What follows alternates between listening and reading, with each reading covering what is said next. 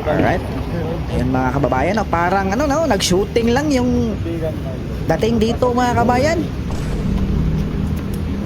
Ang tapang ni Senator Bong mga kababayan, no? Anong latest po mga kababayan?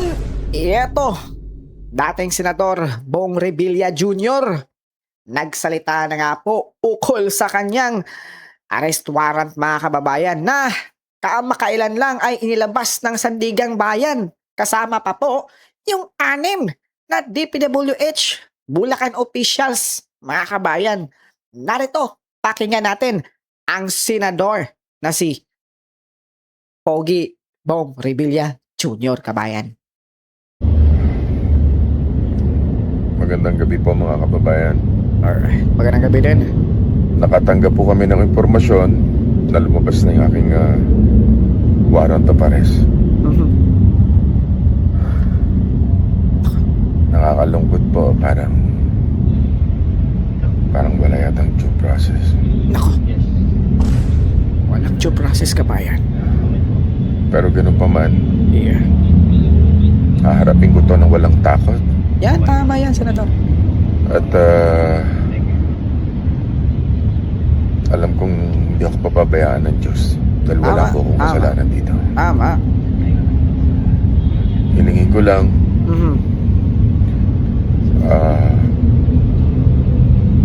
hingi ako ng panalangin at patatagin niyo rin po ang aking pamilya. Uy, Hindi ko po may paliwanag kung ano yung nararamdaman ko sa totoo lang. nako. Napakasakit po para sa akin. Nako po, syempre. Syempre, kabayan, masakit talaga to sa loob ni Senator Bong, di ba? Kasi alam naman natin na yung tumakbo siya sa pagkasenador, mga kababayan, di ba? Naka-line up po siya sa ating mahal na Pangulo, mga kababayan. Di ba po? Di ba, nakakatawang isipin, mga kababayan, no? Di ba? Na line up ka, di ba? Sa kakatapos na eleksyon, mga kababayan. Tapos, ito ang nangyari kaagad sa'yo. Ika nga ni Senator Bong ay walang due process. Di ba, kabayan? Grabe. Wala talagang sinasanto. Yun ang nakakabilib, mga kabayan, no? Walang sinasanto. Ito ang ating pamahalaan ngayon. Di ba? Kahit kasamahan pa niya, mga kababayan, noon. Di ba? Wala. Kulong ka. Mapagtakpan lang yung sa amin. Yung flood control. Di ba? Di ba, mga kababayan? Tama ho ba tayo? At eto pa po mga kababayan, kapapasok lang. Dating Senator Bong Revilla Jr., mga kababayan. Ay, nako po, subuko na raw po. Nasa Camp Crame na. Nako, eto. Tingnan natin. Mga kababayan, nandito na raw po sa Camp Crame itong si Senador Bong Revilla. Okay, kusang sumuko mga kababayan. Talagang pinapanindigan niya yung kanyang video, mga kababayan, no, na haharapin niya itong kaso niyang ito, kabayan. Di ba? Alright. Ayun mga kababayan, no, parang ano, no, nag-shooting lang yung dating dito, mga kabayan. Ang tapang ni Senator Bong, mga kababayan, no? Sana ganito din yung gawin ni mga kababayan, ni Saldico. Di ba, mga kababayan?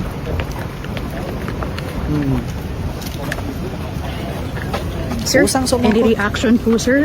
Based, sir, any sa reaction? lumabas, sir, na warrant of arrest. Would you like to say something, sir?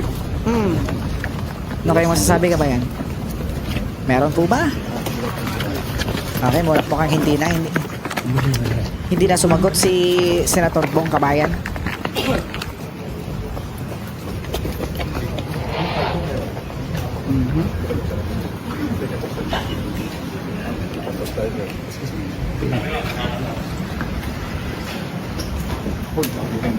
Anong oras to, mga kababayan? Tila alas 10 na ng gabi, mga kababayan, no? Mag-alas 11 na ata to.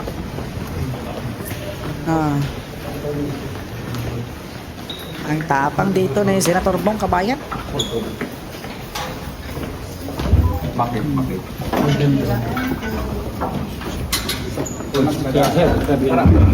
Hmm. Okay.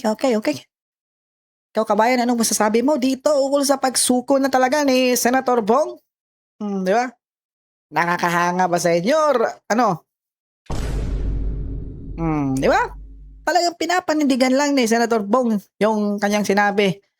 Kamakailan lang, mga kabayan, na papanindigan niya itong ginagawang kaso sa kanya, kabayan. Di ba? Pinapanindigan niya na wala siyang kasalanan, di umano. Di ba? Ito, kabayan, no? Mukhang seryoso talaga dito si Senator Bong. Dating Senator Bong Revilla, kabayan. Di ba? Nako. Mantakin mo kasi, kabayan, di ba? Baka inakala nitong si Senator Bong na, di ba? Dati ay kaibigan tayo. Magka-party list. Ay, hindi, magka-party, mga kabayan. Meaning, nasa isa kayong di ba? Magkasama kayo sa noong eleksyon. Tapos yung pangulo yung sinusuportahan ay nanalo.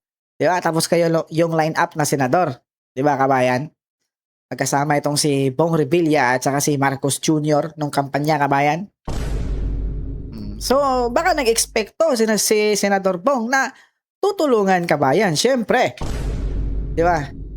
Pero, kulong ka, boss. Di ba? Talagang nakakabilib itong mahal na pangulo natin, kabayan. Di ba? Di ba mantakin mo? Dati mong kalyado. Tapos ngayon, pinapakulong mo. Di ba? Nakakabilib yun, kabayan. Ikaw, bumilib ka ba? Bayan. Eto yun, mga kababayan, di po ba? Pangat-angat pa ng kamay. Kasama pa talaga itong si Senator Bong sa alyansa ng Bagong Pilipinas noon, kabayan. Di po ba? Ito kasi yun. Sinasabi nila, ang dating Pangulong Duterte, nagsushortcut ng batas. Ngayon naman, sumusunod sa batas. Di ba? Tama. Sinusunod nila yung batas, katulad ng pag-file ng impeachment kay Pangulong Marcos. Di ba? Sinunod nila yung batas. Pag mapunta na yan sa Committee on Justice ng Kamara, wala na. Wala na makakapag-file.